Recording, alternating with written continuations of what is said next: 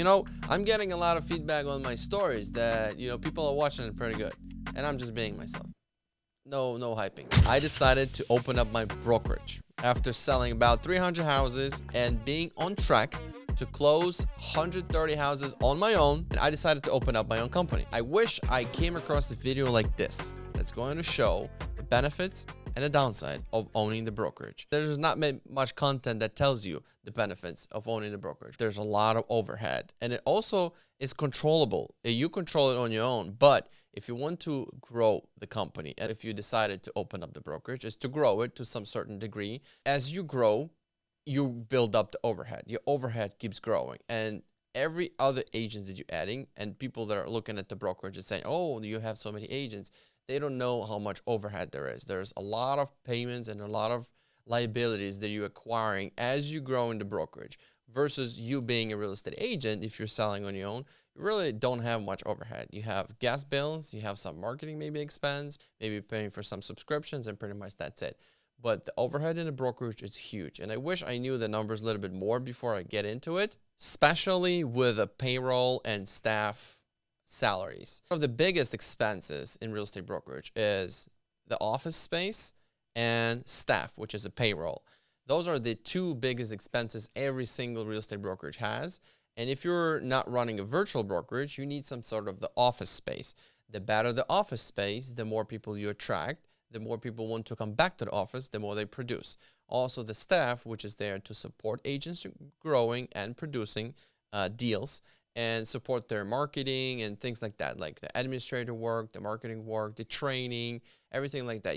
If you don't have administrative support, marketing support, training support, accounting, people feel like they're left on their own, so they don't produce. As more you recruit agents, the more income you're bringing in, the more expenses growing. So you could see brokerages selling 1,000 deals a year, but their income and profit is the same as an agent who sells 60 houses a year. And that's a real truth. Brokerage is a constant recruiting game. Not looking for sellers and buyers, but it's recruiting agents. It's looking for agents nonstop. It's not like I've recruited 100 agents and I can relax. No, because some agents decide to move. Some agents decide to move out of state sometimes. Some decide to chill for another year. You never know what your next year is going to be. It's similar to sales, but you control your own sales. Here in the brokerage, they control their own businesses. So the number of sales that the brokerage does is controlled by other people. So it's a constant recruiting game where you need to bring new people. And you also have to control the environment because the top producers, they don't want to be around people that don't produce.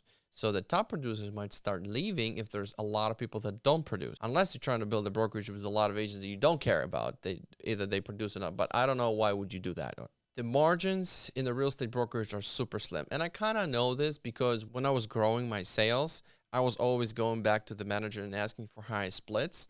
And I kind of thought that a lot of agents are like me. I didn't know that 99% of agents aren't getting anywhere close to 100 deals a year or 50 deals a year. They're skating between 0 and 10 deals a year. And they still ask for high splits. So the profit margins in the company and the brokerage is slim. You're lucky if you're around 15% gross margin, and then you still have to pay expenses. And expenses are always growing. Margins are super slim, and you're working on a slim, very tight margins all the time.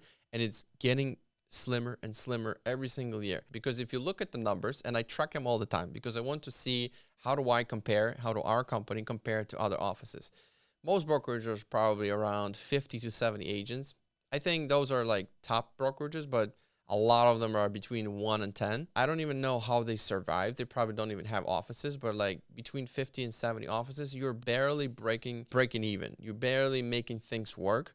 And if you have payroll and staff and offices and things like that and leads maybe that you're feeding the agents, your income is probably as if you were selling 20, 30 houses on your own without any expenses. So that's the real truth. I had a very big brokerage owner tell me that this is not a profit center. This is not a business that you open up to make money. Most of our top producing agents make more money than me. And I thought that he's just saying that so I don't open up the company. But he was right. It was 100% true. He's, if you're up to 100 agents, you're barely breaking even. But get to 100 agents. It's not an easy job. It takes you probably 3-4 years just to get there if you're really constantly recruiting and looking for more people, marketing and doing events and webinars and content like this. To get to 100 agents, it's not an easy job. And then most brokerages don't even get there, and they're barely breaking even. So, and a lot of broker owners, you'll see they're producing. I'm producing myself still because we're still not even 100 agents yet. But the goal is to get there and move even past that. But it starts making sense probably after 170 agents, and only if they produce. So this game is constant recruiting, constant looking for more people. So owning the brokerage is much, much harder than being just a sales agent. Being sales agent, you're just focusing on attracting more buyers, attracting more sellers. When they need to buy and sell, they reach out. Agents don't need to move. Sometimes they need to. There's a problem, they have to get out and move to another company. Or if it's a brand new agent, they need to get sponsored. But a lot of producing agents, a lot of agents that are, you know, between 0 and 10 or 50 and 100, whatever level, they don't have to move. They're fine. They can sometimes, it's a process, it's a hard process to move. A lot of agents don't want to make those moves. They'll rather just settle things in their company if there's an issue. And recruiting is much harder than doing sales.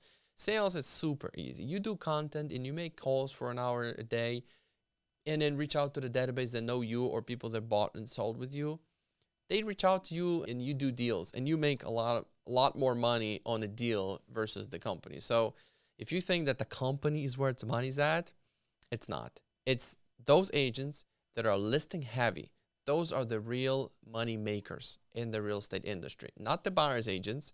It's good to start with the buyers and it's good to be the buyer's agent, but you get burned out and it's not sustainable to sell 100 houses being the buyer's agent. And another thing is a lot of liability. Liability means disputes, mediations, arbitrations, problem with commissions, agents complaining on other agents. You just have to be there because you took on that job, being a managing broker, running the brokerage, and you sponsoring and you kind of monitoring your agents, how they're producing and how they're behaving in the marketplace. And you have to step in when there's issues. And those are not money-making activities unless you're going to hire a separate designated managing broker, which for now it's me. And it takes a lot of my energy as well. And I can see that a lot of people would not be interested in doing things like that. And I understand why. And honestly, that is something that you still have to keep recruiting to hire somebody to do that, or you just do it yourself. But if you're like a salesperson, which I am, and you're the business owner, that is something that you're not interested in doing for a long term, but you have to now outsource or hire in the company, which is now becoming another expense, overhead expense. And there's also a bunch of like tedious tasks that need to be done. The light broke there, the internet is not working here, the extension cord and the cables are hanging here. This is the water, the snacks, the coffee, you know, the room, something, oh, where's the key? I forgot my key, and things like that. It's just, you know, I have people that are working in our company that are helping with it, but still sometimes goes to me. We're not a big deal. It's not a big problem. But when you're doing sales, you don't have to deal with it. All you deal with the clients, it's a more sure way to control your income because you know what you have and you don't really have too much expenses. You're running pretty much on like 90% profit margin other than if you calculate your time. One of the benefits that worked for me and why I decided to open up the brokerage. Once you decide to grow, you outpace all these problems and now you can recruit and buy back the time. I don't want to trim the service. I want to provide the best service for agents. Sales people are not always the best managers and not always the best leaders.